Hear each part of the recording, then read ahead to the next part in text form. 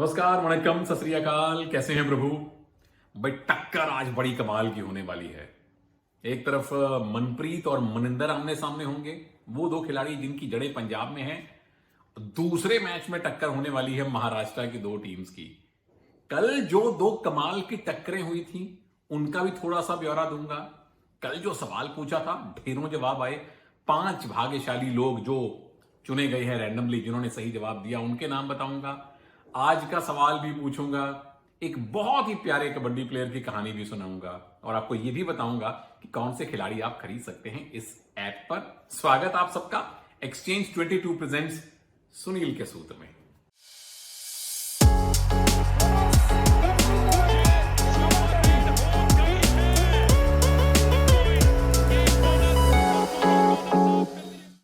सबसे पहले कल हुए दो मैचेस। पहले मैच में दो पड़ोसियों की टक्कर थी, यूपी बनाम पटना 42-37। मतलब एक टाइम ऐसा भी लग रहा था कि शायद 7 पॉइंट का डिफरेंस नहीं बनेगा। बीच में एक ऐसा फेज भी था जब लग रहा था कि यूपी कुछ कर सकता है, पर जब आपके मेन रेडर्स 5-5, 6-6 पॉइंट लेंगे तो फिर दिक्कत होगी। उधर पटना के लिए वेल डन वाला काम देवांक लगातार कर रहे हैं। और अयान किसने पिछले वीडियो में कहा था कि ये यूपी के यंग रेडर्स और पटना के यंग रेडर्स और यूपी के डिफेंडर्स का मुकाबला है, और पटना के यंग रेडर्स ने कमाल किया। तो वेल डन नरेंद्र रेड्डू साहब, देवांग को और अयान को यहां लाने के लिए, और बढ़िया आपकी टीम खेली है, जीती है। दूसरा मैच था अत्यधिक कमाल वाला। एक टाइम कितनी 13-14 पॉइंट की लीड थी, 4-3 स्कोर था मुझे याद है टाइटंस के पक्ष में, और उसके बाद कितना 20-3 समथिंग ऐसा कुछ क्रेजी सा स्कोर बन गया। फिर बुल्स ने वापसी की। लेकिन एक बात जो आप लोग मुझसे सुनने के लिए लालायित हैं कि 2 ही रेड के बाद प्रदीप नरवाल को सब्स्टिट्यूट किया गया। आपके जितना मैं भी हैरान हूं। अगर 10-12 रेड मिली होती और वो 1-2 पॉइंट लेते तो समझ में आता। लेकिन उनकी जगह जो आप बेंच से लेके आए पंकज को, वो ऑलराउंडर खेल गए। लेकिन प्रदीप को लेकर थोड़ी गुत्थी उलझती जा रही है। यूपी में भी, बेंगलुरु बुल्स में भी उतना इस्तेमाल नहीं हुआ इस मैच में। मतलब यहां तो हम उन्हें फेलियर भी नहीं कह सकते, ये भी नहीं कह सकते वो नहीं चले। उधर पवन चले, कमाल किया, अजीत चले, लेफ्ट कवर, हाई फाइव मारा, वेल डन आप दोनों को। जो मैच टाइटंस एक तरफा जीतते दिखाई दे रहे थे वो बहुत करीबी साबित हुआ। फिर वो 2-3 पॉइंट वाली जीत मिली है टाइटंस को। तो लगातार दूसरे मैच में टाइटंस ने बुल्स को इस सीजन में हराया है। आपको मुबारक है। पहला पड़ाव इस वीडियो का पूरा। दूसरे पड़ाव पे आइए। आज के 2 मैचेस की बात करूंगा। पहले मैच की बात करूं उससे पहले पॉइंट्स टेबल पे देख लीजिए क्या स्थिति है और क्या स्थिति बन सकती है। तमिल तलाईवाज सरफहरिस्त पुनेरी पल्टन अगर आज जीते तो नंबर 1 बन जाएंगे। यूपी योद्धाज कल चलिए एक ही पॉइंट आपको मिला, नंबर 3 पे आप बने हुए हैं। पटना वाले जीत के भाई यूपी के बिल्कुल पड़ोस में आ चुके हैं। टाइटंस वाले जीत के पटना के पड़ोस में आ चुके हैं। हरियाणा अगर आज जीती तो नंबर 2 पे आ सकती है। इनफैक्ट हरियाणा नंबर 1 भी आ सकती है, बशर्ते पुनेरी पल्टन अपना मैच हारे। यू मुंबा अगर जीती तो 18 पॉइंट के साथ फिर आप टॉप 4 में दस्तक दे देंगे। अब पहले मैच की विस्तार से बात करता हूं। बंगाल वॉरियर्स 4 मैच खेले, 1 जीता, लेकिन हारा भी 1, 2 आपके टाई रहे हैं। पिछला मैच आपने पुनेरी पल्टन के साथ 32-32 का टाई खेला था। उस मैच में सुशील कांबरेकर ने लिए थे 10 पॉइंट, मनिंदर को मिला था सिर्फ 1। कोई बात नहीं। सामने है हरियाणा स्टीलर्स, 4 मैच में से 3 मैच जीती है मनप्रीत पाजी की टीम, और पिछले लगातार तीनों मैच जीती। पहले मैच में हार मिली थी, फिर जीत की हैट्रिक बनाई है। तब मुबारक है पाजी। पिछले मैच में आपने यूपी योद्धास को हराया 30-28 से, जिसमें संजय जो आपके नए राइट कवर हैं, मोहित को जिन्होंने रिप्लेस किया है, उन्होंने हाई फाइव लगाया है। तो ये चीजें हरियाणा के लिए अच्छी चल रही हैं। अगले मजमून पे आइए। स्टोरी क्या है इस मैच की, कहानियां क्या है? बड़ी कहानी है 2 ईरानियन लेफ्ट कॉर्नर्स की। जैसे आपको कहते हैं ना किंग कोहली और प्रिंस गिल, ये किंग फजल, सुल्तान फजल और फिर साथ में शहजादे शादलू हैं। ओह, शहजादा शादलू बढ़िया नाम है, यूज करो, जिस को जहां जहां यूज करना है करो। शहजादा शादलू और सुल्तान फजल की यह टक्कर है। नंबर 2 मनी बनाम मनी, मनिंदर बनाम मनप्रीत। अब बड़े विरले खिलाड़ी और कोचेस हैं जो पंजाब से प्रो कबड्डी में आए हैं, क्योंकि वहां चलती है सर्कल कबड्डी। तो 2 पंजाबी एक दूसरे के आमने सामने हैं, एडजस्ट कर लीजिएगा। तीसरी स्टोरी है ही नहीं। 2 बड़ी स्टोरीज के साथ मैं अगले मजमून पे चलता हूं कि टक्कर कहां होगी, टाकरा कहां होगा। पहली टक्कर मुझे लगता है कि ये कॉर्नर्स का मुकाबला है। आप हरियाणा देख लीजिए, शादलू, राहुल सेठपाल, सामने बंगाल देख लीजिए, फजल, नितेश, मजबूत कॉर्नर्स आमने सामने होंगे। नंबर 2, मनिंदर और शहजादा शादलू। माइटी मनिंदर के सामने शादलू, राइट रेडर के सामने लेफ्ट कॉर्नर। मजा आने वाला है ये बैटल देखने को प्रभु। 3 जीत के सूत्र बंगाल वॉरियर्स के लिए। अगले मजमून पे चलते हैं। नंबर 1, मनिंदर चूंकि नरम और गरम उनकी फॉर्म चल रही है, तो छोड़िए टच पॉइंट्स का लालच। पहले 10 मिनट्स में जाइए 2-3 रेड कीजिए, बोनस निकालिए, ताकि नंबर 2, सुशील को, नितिन धनकर को ये जिम्मेदारी मिले, क्योंकि युवा हैं, ज्यादा फुर्तीले हैं।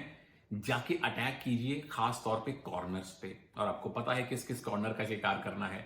नंबर 3, जो आपके कवर्स हैं, कॉर्नर्स को सपोर्ट करें। टैकल इनिशिएट मत कीजिए। फजल करें, उन्हें सपोर्ट दीजिए। नितेश करें तो उन्हें सपोर्ट दीजिए। 3 जीत के सूत्र हरियाणा स्टीलर्स के लिए भी हैं। नंबर 1, एक खिलाड़ी है इनके बेंच पे जो अब तक ज्यादा देखा नहीं गया है। मैंने उन्हें यूपी लीग में देखा था, if you know you know. नाम है विकुल लांबा। लेफ्ट के रेडर हैं और सेकंड मैन पे बहुत बढ़िया डिफेंस करते हैं। और सामने जो 3 बढ़िया रेडर हैं, सुशील, मनिंदर और नितिन धनकर, तो विकुल लांबा का आज खेलना मुझे लगता है कि अच्छी सोच हो सकती है। वो सेकंड मैन पे डिफेंस बहुत अच्छा करते हैं।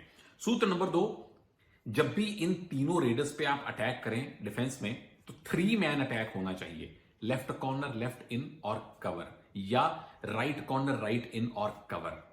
2 मैन अटैक मत कीजिएगा, 3 मैन अटैक कीजिए। चाहे कवर की चेन कॉर्नर को सपोर्ट करे, चाहे cover left corner right corner के साथ इन और एक कवर आ जाए।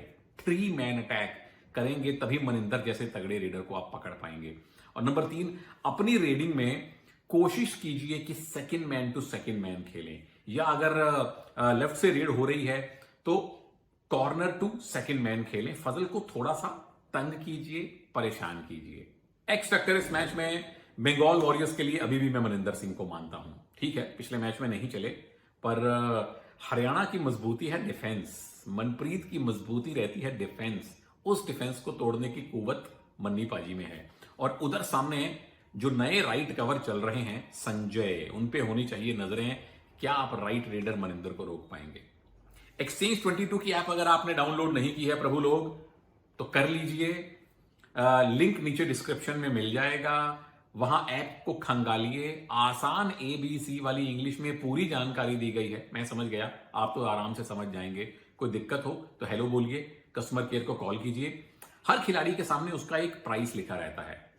वो प्राइस कैसे कैलकुलेट किया जाता है उसकी डिटेल भी है, कि एक टच पॉइंट के इतने अंक, एक टैकल के इतने, सुपर 10 के इतने पॉइंट। तो अगर आपको लगता है कि वो खिलाड़ी उस दिए हुए दाम से ज्यादा पॉइंट कमा सकता है तो उसे खरीद लीजिए। अगर आपको लगता है कि उसके रेट से वो कम पॉइंट कमाएगा तो उसे बेच दीजिए, जैसे आप शेयर खरीदते हैं बेचते हैं। इसीलिए एक्सचेंज 22 को स्पोर्ट्स का स्टॉक मार्केट कहते हैं। कौन से खिलाड़ी खरीदने हैं बताऊंगा आगे। अगले मैच पे चलते हैं, कहानी सुनाऊंगा अंत में। बहुत ही बढ़िया इंस्पिरेशनल कहानी है। दूसरे मैच में है पुनेरी पल्टन और उनके सामने है you Mumba. Puneri Paltan 5 match खेले, 3 जीते, 1 हारे, 1 टाई रहा। पिछला मैच आपने बंगाल से 32-32 का टाई खेला था। यू मुंबा 4 मैच खेले हैं, संतुलित खेल रही है यह टीम। 2 जीते, 1 हारा, 1 टाई। पिछले मैच में जयपुर पिंक पैंथर्स को आपने 39-37 हराया था, तो वेल डन है इन दोनों टीमों को। मैच की 3 कहानियां हैं। पहली कहानी आसान है, सिंपल है, ऑब्वियस है कि यह महाडर्बी है। महाराष्ट्र की 2 टीम्स हैं।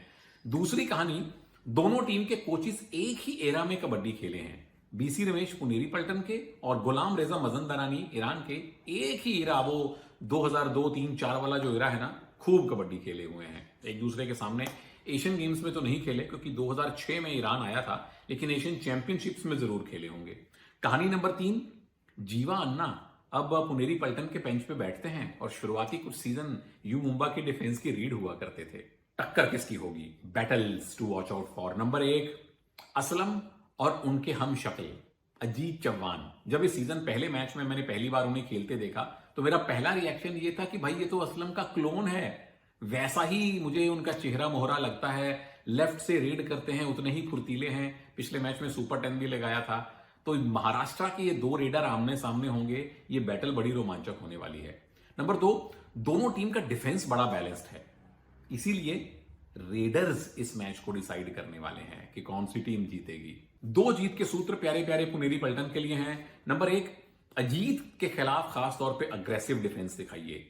लेफ्ट से वो रेड करते हैं तो राइट इन पे चाहे असलम खुद आ जाएं, चाहे मोहित आ जाएं, एक एक्स्ट्रा मैन अलग से राइट कॉर्नर पे हो, राइट इन पे हो, चेन में नहीं, अलग से 2 हाथ 4 हाथ तैयार हों अजीत का एंकल होल्ड करने के लिए। वो ये जरूरी है कि उन्हें जल्दी आउट किया जाए।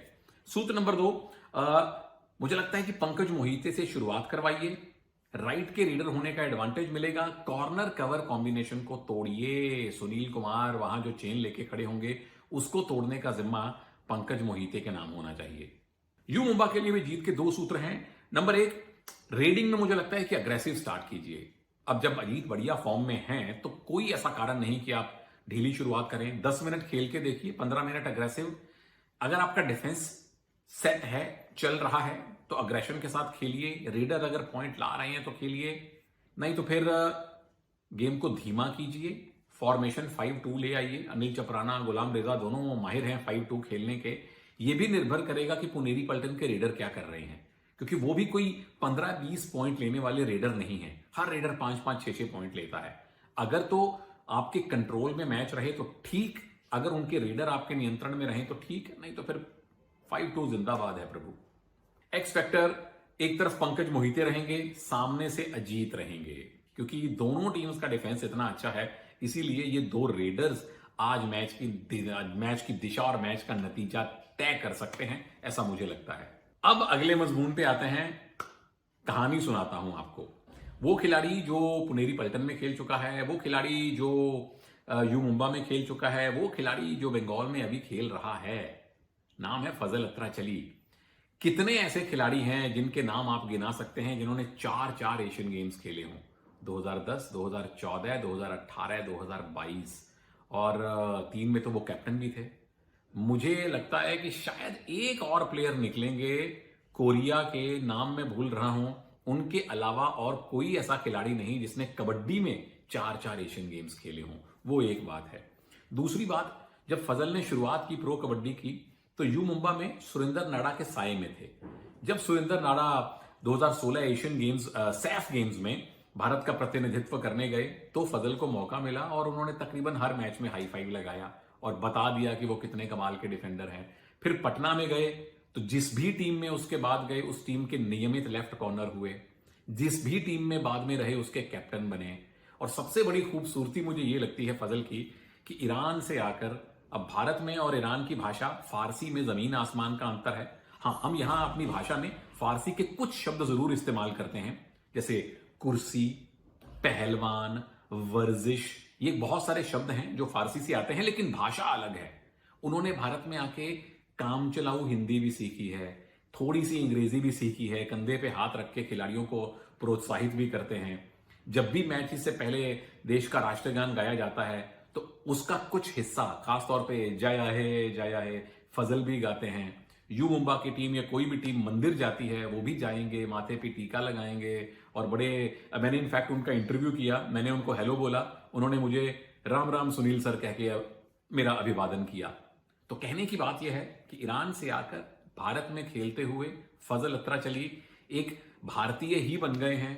कोई ऐसा खिलाड़ी नहीं होगा, कोई ऐसा फैन नहीं होगा जिसको फजल पसंद ना हो, या फजल एज अ प्लेयर या फजल एज अ ह्यूमन पसंद ना हो। तो फजल, वेल प्लेड ब्रदर। तो वेल डन फजल। अभी अभी आपने एक माइलस्टोन पार किया है 500 टैकल पॉइंट्स का। I hope you keep on playing and whenever you decide to hang your shoes और retire, I am sure there will be many teams lining up to sign you as a coach.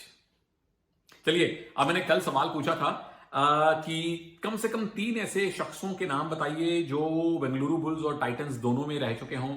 बहुत से जवाब आए, बहुत से ऐसे लोग हैं। मनजीत छिल्लर बुल्स में खेले, टाइटंस के असिस्टेंट कोच रहे, रविंदर पहल दोनों में खेले हैं, पवन सिरावत तो खेल ही रहे हैं, सुरेंद्र सिंह खेले हैं, सुरजीत सिंह खेले हैं, अभिषेक सिंह खेले हैं, इत्यादि इत्यादि। तो जिन जिन लोगों ने सही जवाब दिया है उनको बधाई। कुछ नाम जो हमने चुने हैं, आप सबको मुबारक, लेकिन यश अहीर, ध्रुव भंडारी, साहिल मंसूरी, सौरभ कांबले और पिंकू दुबे, बहुत बहुत मुबारक भाई आपको सही जवाब देने के लिए। आज का सवाल यह है कि यू मुंबा की टीम के साथ, अब चूंकि मुंबा खेल रही है, यू मुंबा की टीम के साथ पहले 2-3 सीजन में एक जापानीज प्लेयर खेला करते थे। उनका नाम क्या है? नंबर 1, जापान में, नाम तो आप ढूंढ लेंगे, जापान में उनका व्यवसाय क्या है? कबड्डी खेलने के अलावा वो प्रोफेशनली क्या करते हैं, ये अगर कोई बता पाया तो उन सबका नाम लिया जाएगा यहां पे। और जाते जाते आपको एक्सचेंज 22 पिक्स दे देता हूं कि कौन से खिलाड़ी आप ऐप पे खरीद सकते हैं। बंगाल और हरियाणा के मैच में मनिंदर, नितिन और फजल, ये बंगाल की तरफ से ले लीजिए।